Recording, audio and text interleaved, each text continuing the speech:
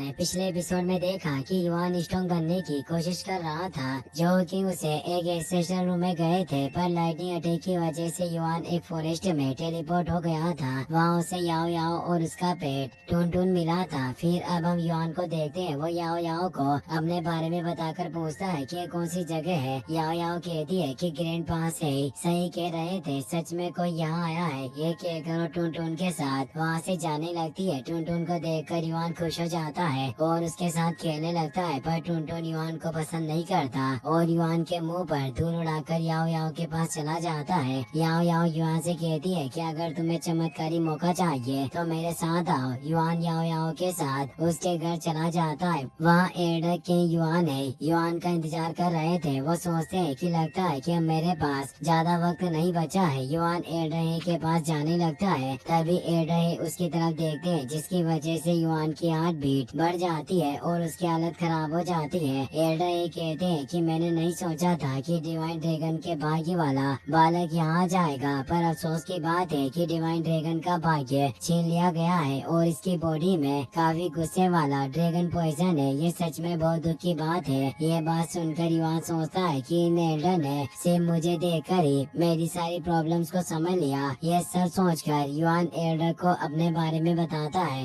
Elder कहते हैं कि मुझे पता था कि जो फैमिली कबीले का सदस्य यहाँ आएगा। तुम अपनी 8 मेरिडियंस को खोलने के लिए मेरी मदद चाहते हो, पर मुझे ये बताओ कि मैं तुम्हारी मदद क्यों करूँ, इससे मुझे क्या फायदा होगा। युआन कहते हैं कि मैं आपको नहीं जानता हूँ और मेरे पास ऐसी कोई चीज नहीं है जिससे मैं आपको खुश कर सकूँ, पर मैं ये भी बता सकता हूँ कि आप यहाँ मेरा इंतजार कर रहे थे और आपको मेरी जरूरत है। एल्डर अपनी पावर से युआन को अपने पास बुला लेता है और उसे डराने की कोशिश करते हैं। युआन अपने चेहरे पर डर नहीं आने देता, पर उसके हाथ कांप रहे थे। एल्डर युआन को दूर कर देते हैं और कहते हैं कि मैं सच में बुरा हो गया हूँ, जिस वजह से एक बालक को भी नहीं डरा पा रहा। याओ याओ कहती है कि ये बस नाटक कर रहा था, इसे अपनी मौत से बहुत ही ज्यादा डर लगता है। एल्डर कहते हैं कि मैं तुम्हारी मेरिडियंस को खोलने में तुम्हारी मदद करूंगा, पर तुम्हें मुझसे प्रॉमिस करना होगा कि तुम याओ याओ को यहाँ से दूर लेकर जाओगे और उसकी रक्षा करोगे। एल्डर याओ याओ से कहते हैं कि मुझे कुछ वक्त के लिए यहाँ से दूर जाना होगा, इसीलिए अब मैं तुम्हारे साथ नहीं रह सकता। भले युआन अभी कमजोर है, पर फ्यूचर में ये कुछ भी कर सकता है। ये बात सुनकर याओ याओ निराश हो जाती है और पूछती है कि क्या फ्यूचर में हम दोनों एक दूसरे से मिल सकेंगे।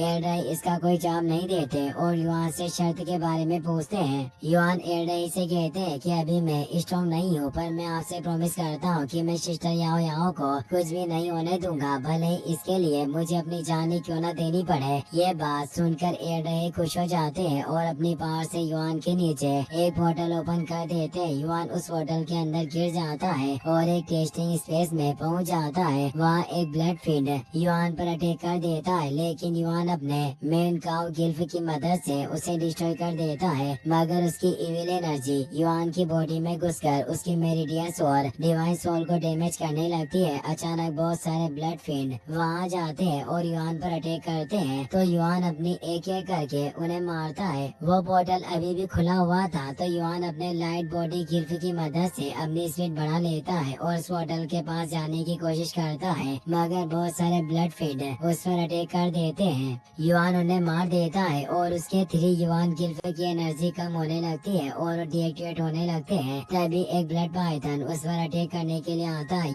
युआन अपने मेन काउ गिल्फ की मदद से उसे डिस्ट्रॉय कर देता है, मगर उसकी इविल एनर्जी युआन को घेर लेती है और उसकी बॉडी में घुसने लगती है। वो इविल एनर्जी युआन की 8 मेरिडियंस के पास जाने लगती है, जिससे युआन को काफी तकलीफ होती है। मगर फिर युआन को अपने पेरेंट्स की याद आती है और उसे जो डायनेस्टी को बचाना था, जिससे गुस्सा होकर वो अपनी बॉडी से एनर्जी रिलीज करता है, जिसकी वजह से वो उसकी मेरिडियंस की सील टूट जाती है और उसके अंदर से एक ड्रैगन की स्पीड बाहर आती है। अचानक युआन की आंखें खुल जाती है और एल्डर के घर के सामने होता है। वो अपनी मेरिडियंस को चेक करके बहुत खुश होता है। वो एल्डर को बताता है कि मेरी 8 मेरिडियंस ओपन हो गई है। एल्डर कहते हैं कि जब तुम पैदा हुए थे तो तुम्हारी 8 मेरिडियंस ओपन थी, मगर आपदा के बाद तुम्हारी 8 मेरिडियंस अपने आप को प्रोटेक्ट करने के लिए तुम्हारी डी बॉडी में छिप गई, जिस वजह से तुम इतने सालों से अपनी मेरिडियंस को महसूस नहीं कर पाए। और अब तुम्हारी मेरिडियंस को दोबारा जागृत करने का सिर्फ एक ही तरीका है कि तुम्हें अपने आप को खतरे में डालना होगा। इसका मतलब यही है कि अगर अगर तुम अपने आप को बचाते वक्त 8 मेरिडियंस को एक्टिव नहीं कर पाए तो तुम्हें मरने से कोई नहीं बचा पाएगा और तुम्हारी डेथ हो जाएगी। ये बात सुनकर युवान निराश हो जाता है, पर फिर भी वो मेरिडियंस को कल्टिवेट करने के लिए कहता है। एयरडाई कहते हैं कि तुमने टेस्टिंग एरे को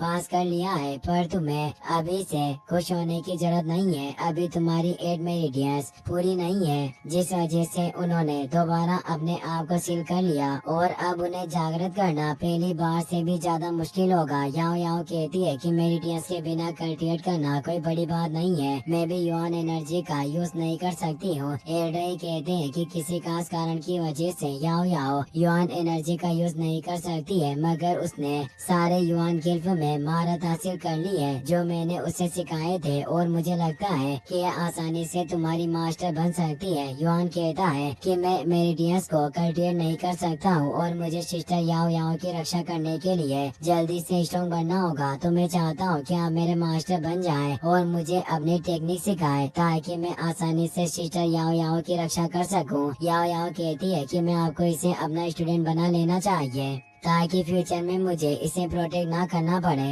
एयरडाई कहते हैं कि तुम सही कह रही हो, पर मैं बाहर के लोगों को अपना स्टूडेंट नहीं बना सकता। तभी युवान अपने घुटनों पर बैठकर अपना सर झुकाता है और एयरडाई को मास्टर कहकर रेस्पेक्ट देता है। यह देखकर एयरडाई खुश हो जाते हैं और युवान को अपना स्टूडेंट बना लेते हैं। वो कहते हैं कि भले ही तुम्हारी मेरिडियंस खुल गई है, पर तुम अभी रियल टेक्निक्स को प्रैक्टिस नहीं कर सकते हो, इसीलिए शुरुआत में मैं तुम्हें ब्रीथिंग टेक्निक दूंगा। ये कहकर एयरडाई युवान के ब्रेन में ड्रैगन ब्रेथ टेक्निक डाल देते हैं। एयरडाई पूछते हैं कि मैंने तुम्हें युवान गिल्फ का यूज करते हुए देखा है, क्या तुम्हें इसमें दिलचस्पी है? युवान कहता है कि युवान गिल्फ बहुत ही ज्यादा खास है, मैं इसे नजरअंदाज नहीं कर सकता। एयरडाई कहते हैं कि तुम्हारी डिवाइन सोल भी बहुत अच्छी है, इसीलिए मैं तुम्हें सोल फॉर्जिंग टेक्निक भी सिखाऊंगा। ये कहकर एयरडाई के ब्रेन में टेक्निक डाल देते हैं, जिसकी वजह से कुछ सेकंड के लिए युवान की डिवाइन सोल उसकी बॉडी से बाहर निकल जाती है, पर फिर सब नॉर्मल हो जाता है। एयरडाई युवान को एक ब्रश देते हैं और कहते हैं कि यह एक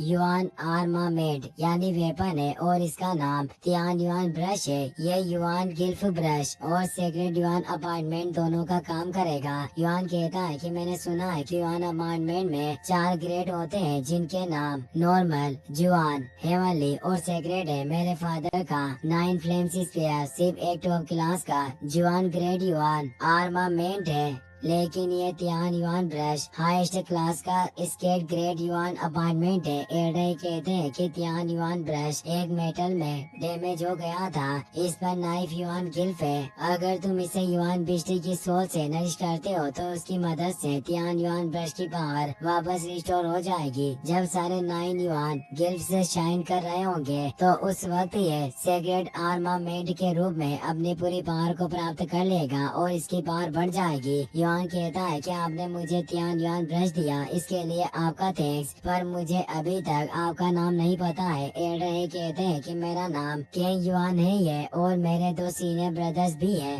अगर तुम्हारी किस्मत अच्छी रही तो तुम फ्यूचर में उनसे जरूर मिलोगे। एयरडाई याओ याओ को एक जेट पेंडेंट देते हैं और कहते हैं कि मैं जानता हूँ कि तुम्हारे मन में बहुत सारे सवाल हैं, पर अभी हमारे पास इन सब चीजों का वक्त नहीं है। जब ये जेट पेंडेंट जलना शुरू हो जाएगा तो समझ जाना कि वो लोग तुम्हारे पास आ गए हैं और तुम्हें उनसे बचना होगा।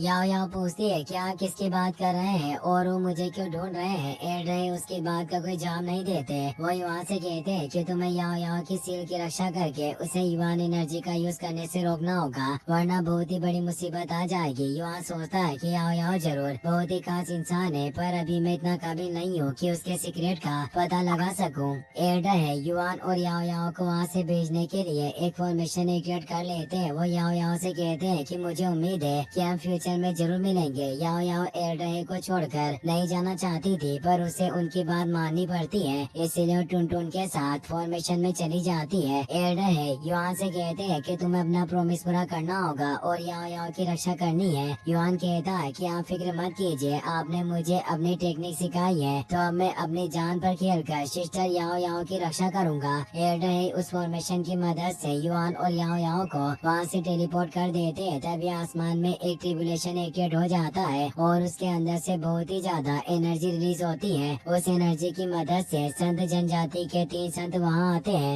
एक संत एयरडाई से कहता है कि मैंने नहीं सोचा था कि ऑलमाइटी ब्लैक एम्पर इतने सालों तक एक चूहे की तरह छिपकर रहेगा। अब चुपचाप उसे हमारे हवाले कर दो, वरना आज ही तुम्हारी कब्र बन जाएगी। ये बात सुनकर ब्लैक एम्पर जोर जोर से हंसने लगते हैं और अपने गोल्डन पैटर्न्स को एक्टिवेट कर लेते हैं, जिसकी वजह से उनकी बॉडी से बहुत ही ज्यादा एनर्जी रिलीज होती है। तीनों संत ब्लैक एम्पर पर अटैक कर देते हैं। ब्लैक एम्पर एक संत पर अटैक करते हैं। वो अटैक इतना पावरफुल था कि वहाँ एक स्पेस पोर्टल ओपन हो जाता है और वो सब स्पेस में पहुँच जाते हैं। ब्लैक एम्पर 2 संत को बहुत बुरी तरह से पीटते हैं और उनकी हालत खराब कर देते हैं। तीसरा संत अपनी पावरफुल टेक्निक की मदद से ब्लैक एम्पर पर अटैक करता है, लेकिन ब्लैक एम्पर आसानी से उसके अटैक को फेल कर देते हैं। इससे तीनों संत डर जाते हैं और अपने पावर कंबाइन करके उन पर एक पावरफुल अटैक करते हैं, लेकिन ब्लैक एम्पर बहुत ही आसानी से उनका वो अटैक भी फेल कर देते हैं, जिससे वहाँ काफी एनर्जी रिलीज होती है और वो एनर्जी इतनी ज्यादा पावरफुल थी